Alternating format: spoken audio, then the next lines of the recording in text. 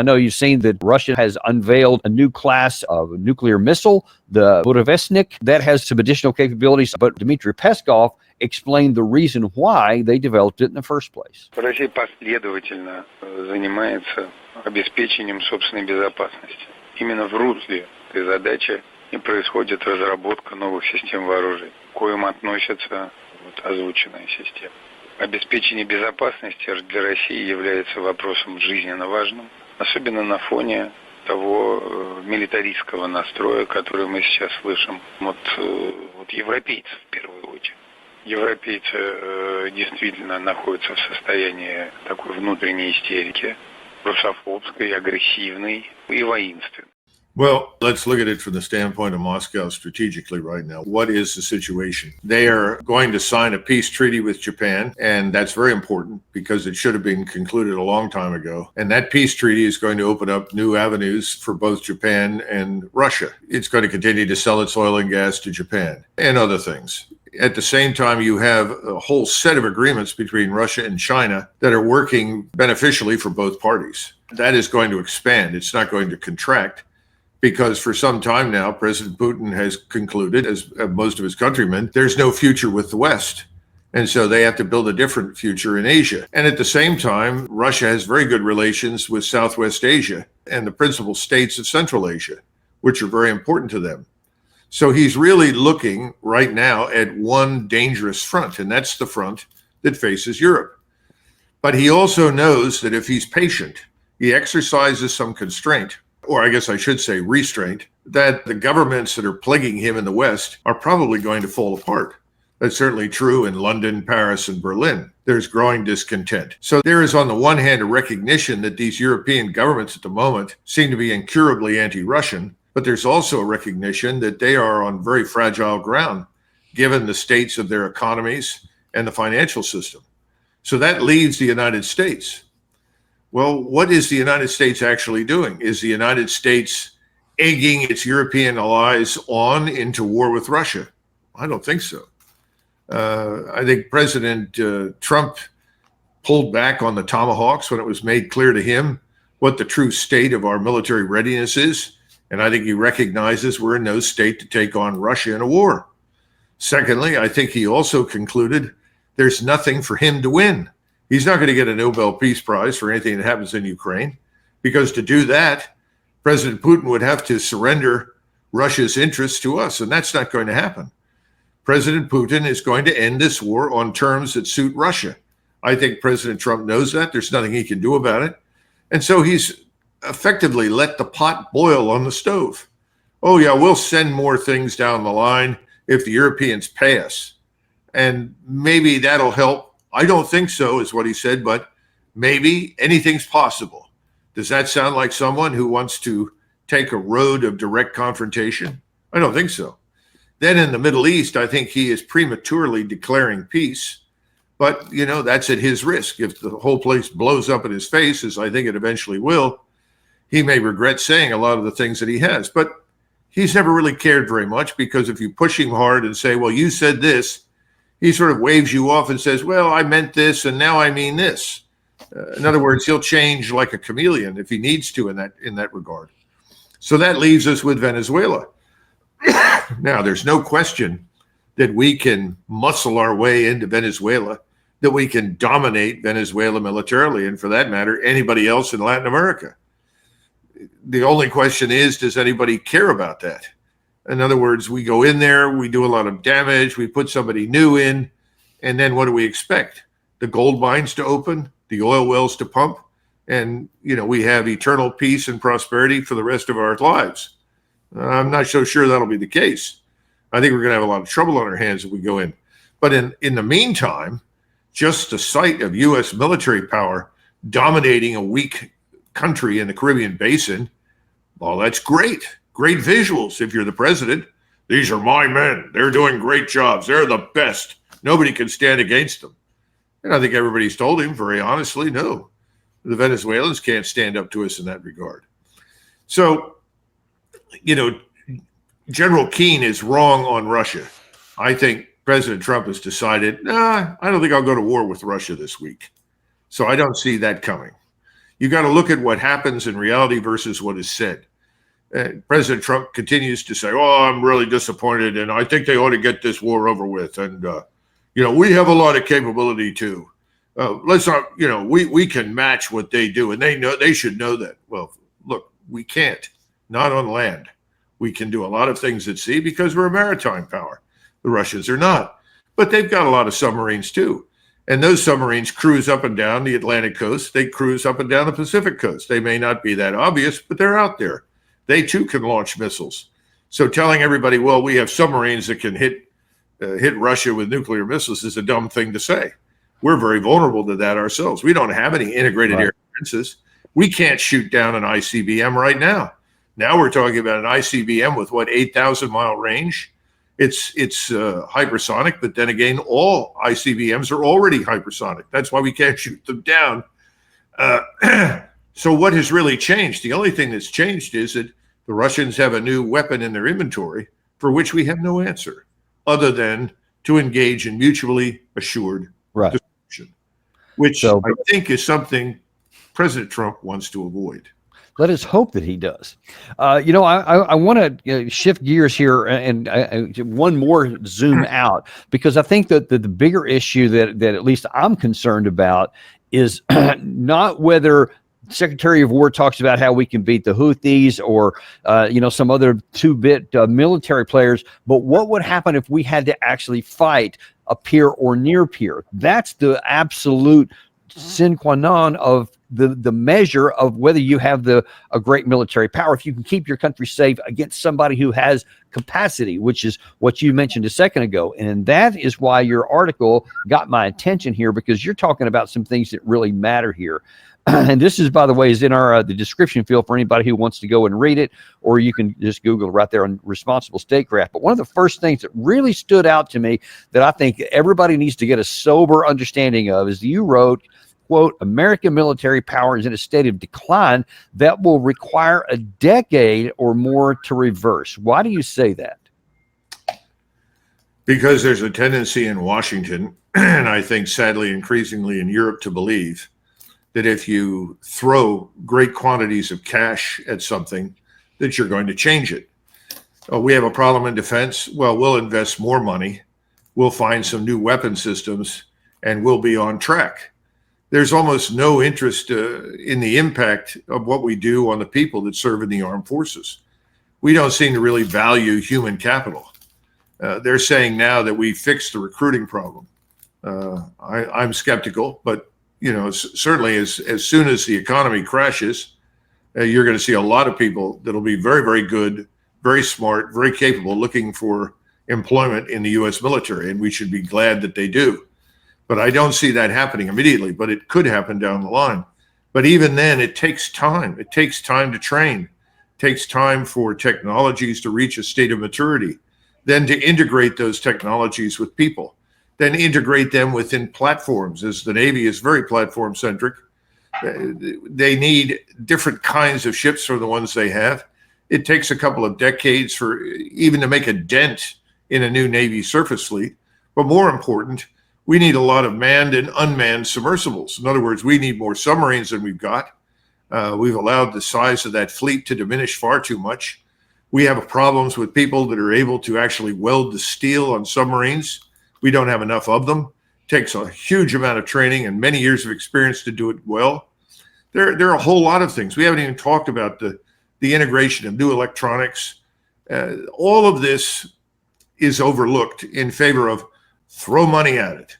But we don't realize that whatever we allocate today is not going to produce real military capability for perhaps 10 years.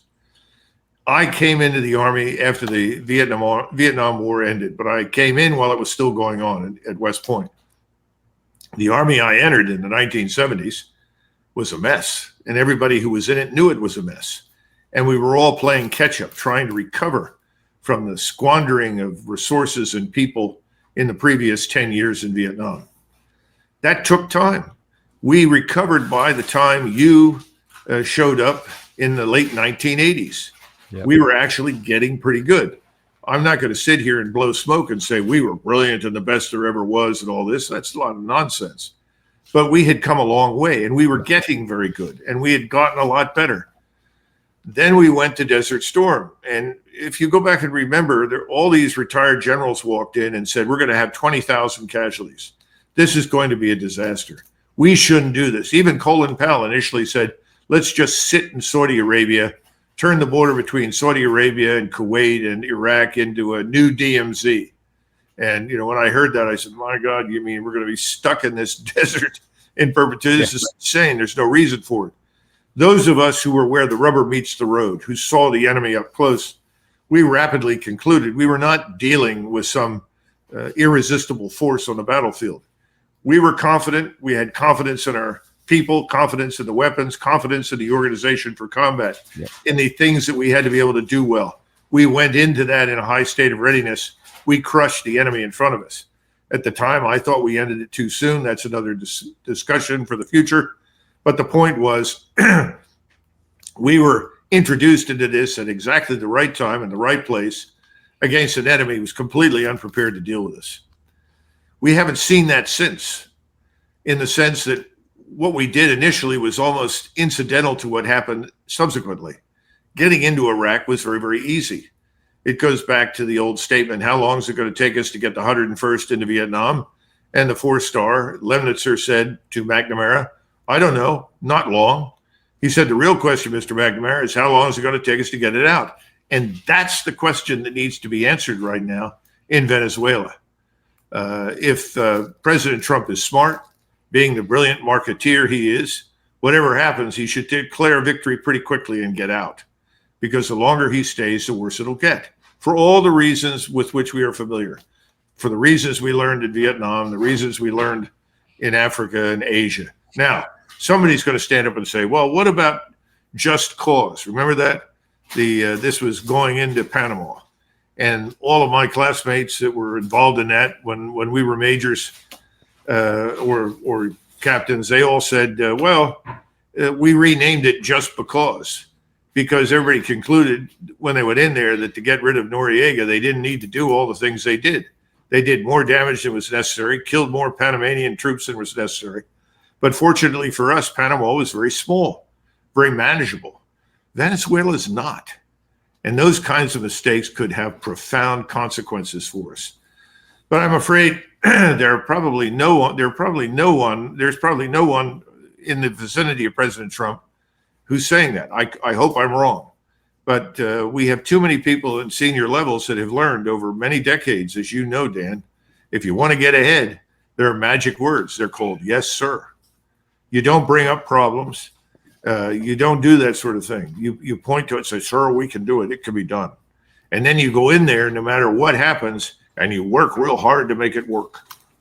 And we know what that means. It doesn't work. Yeah. And that's one of the apparently the reasons why we have the current chairman of the Joint Chiefs of Staff, General Kane, because Trump bragged that he was the guy that could get it done when everybody else said that it couldn't get done. I don't know what he's like now. I don't know what he's been telling him. I have literally no idea. He could be doing great work for all I know, but I know that that's something.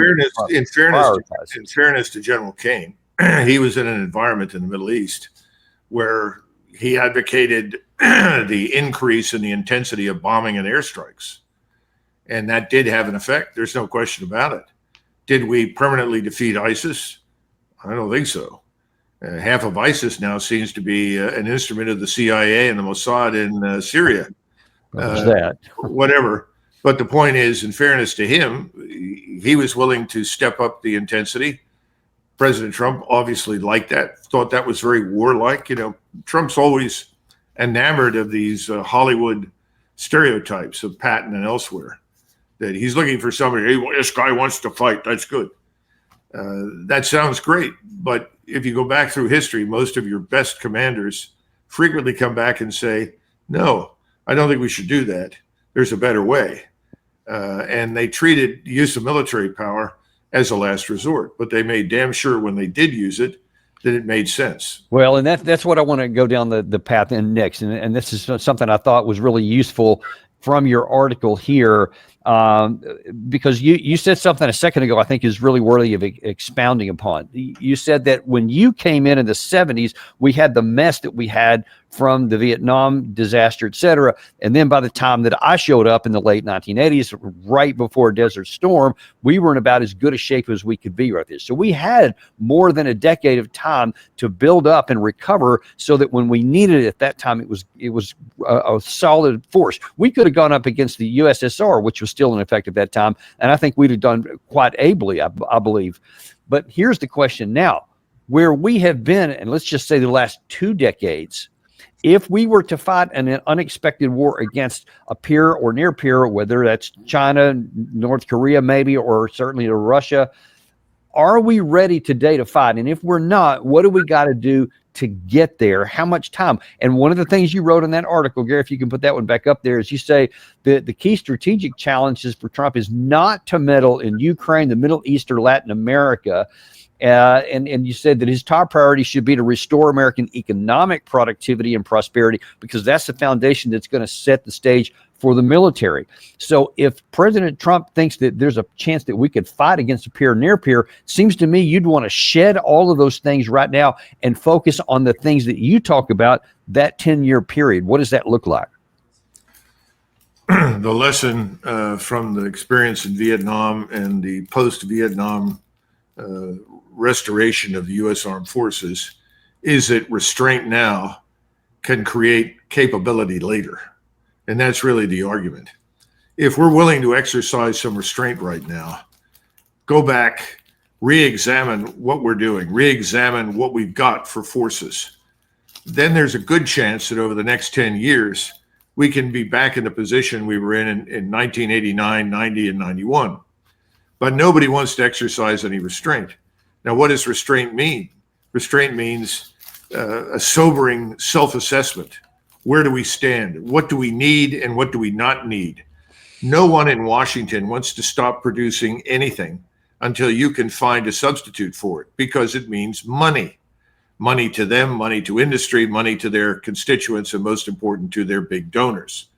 The challenge in Washington is always the same. Keep the money flowing. Keep it flowing. Don't let it stop.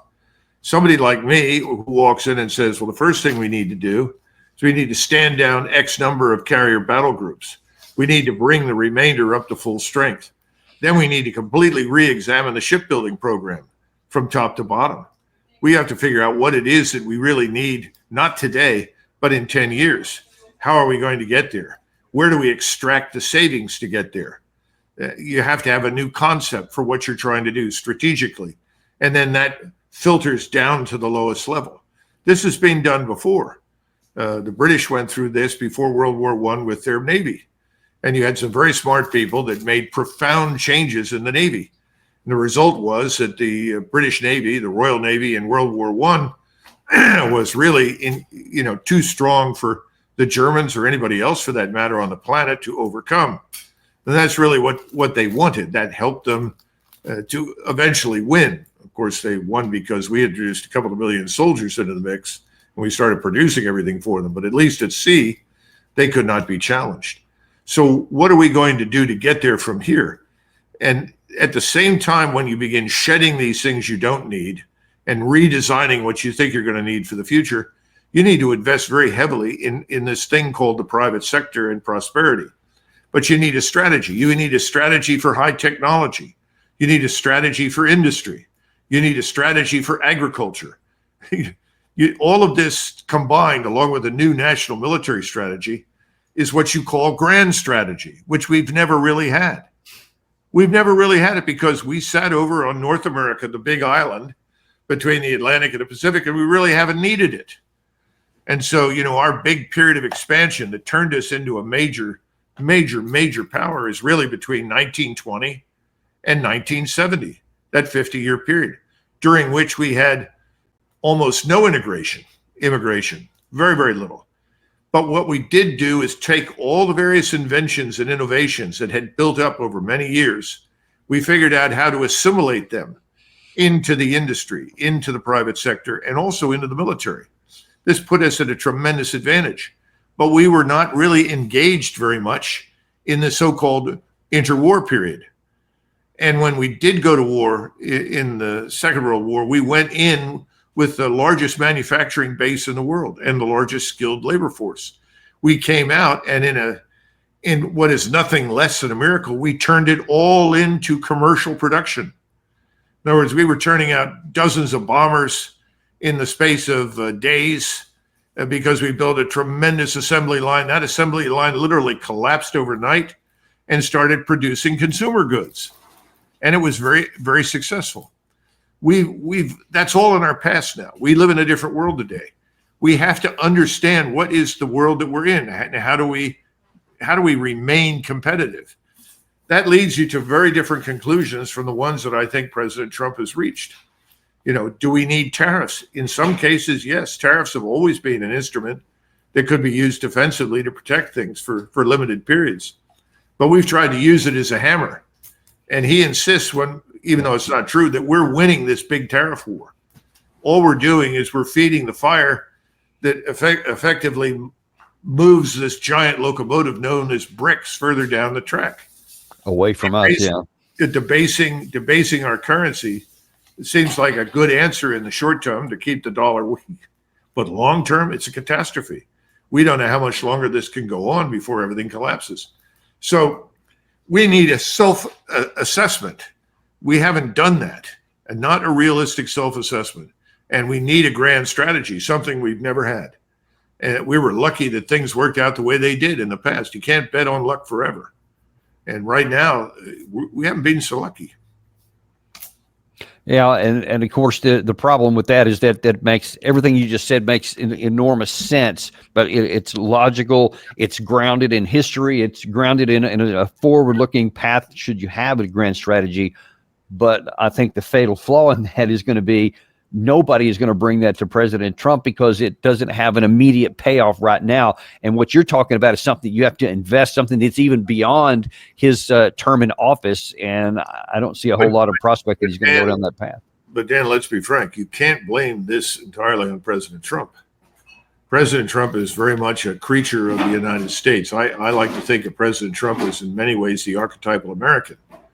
He has fully embraced the microwave technology as a way to do business. In other words, I'm coming up with this. The idea is in 6 months, we get this. In 12 months, we get this. The next quarter will produce this.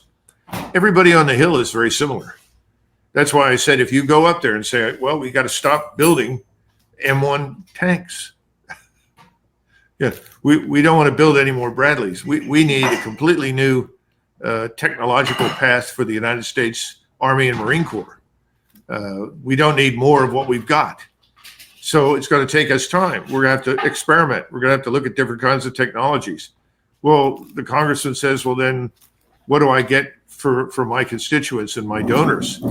How do I justify myself to them if you're going to cut me off from all this income that I'm accustomed to that comes from the status quo? Nobody wants to stop it. And this is not a new problem. This is something for your viewers. They'll get a charge out of this. When World War II finally fell upon us like a ton of bricks, and we were fighting for our lives in the Philippines, where we lost the battle and 12,000 good men rotted in prison camps for the next several years as a result, we still had 14 regiments of horse cavalry. Now, this is long after the Germans had overrun Poland, overrun France, overrun Norway, Sweden or Denmark, and the Netherlands. They had driven the British 8th Army in North Africa hundreds of miles back on Cairo practically. So why were we still maintaining all these horse cavalry units? And I asked, well, why did we maintain them in the 20s? Why were we maintaining them in the 30s? I mean, surely mechanization was the path forward. Everybody figured that out. What's wrong with us? Why didn't we come up with blitzkrieg? Why were the Germans the ones that developed this tactic? Why were we so far behind the Soviets? Because they had produced thousands of tanks and they were experimenting. Well, there's a reason for it. It's called horse manure, because tens of thousands of horses all over the West produced vast quantities of manure. The manure was scarfed up, packaged, and sold to farmers all over the Midwest and the South. the horse manure business took precedence over the United States Army and its needs for modernization. So when you ask the question, well, surely when Douglas MacArthur was chief in 1929, or Mahlon Craig was chief in 1935, or Marshall was chief in 1939, why didn't they wave their hands and say, get rid of all this horse cavalry? Well, now you have the answer. There was a lot of money in horse manure. Well, and there's a lot of different kinds of horse manure that's going on today that's keeping us from getting into that kind of a modernization that we need. I just hope it doesn't come at too high of a price in the future. We've gotten lucky, as you said. Don't know how long that luck is going to hold, but at least we now have visibility from what you've given us here today. There is a path forward. There is a way to get it done. We just have to hope that somebody will put you in a position of authority one day and actually act on your judgment there. That's what we'll have to hope. But in any case, we appreciate you coming on and sharing this today, because people can't say they didn't know in the future. Okay, thanks. Thanks, Dan. And we appreciate you guys too. Be sure and like and subscribe if you haven't. Also, a reminder, please let your friends know who may like to get their information via podcast. I know a lot of folks really like that.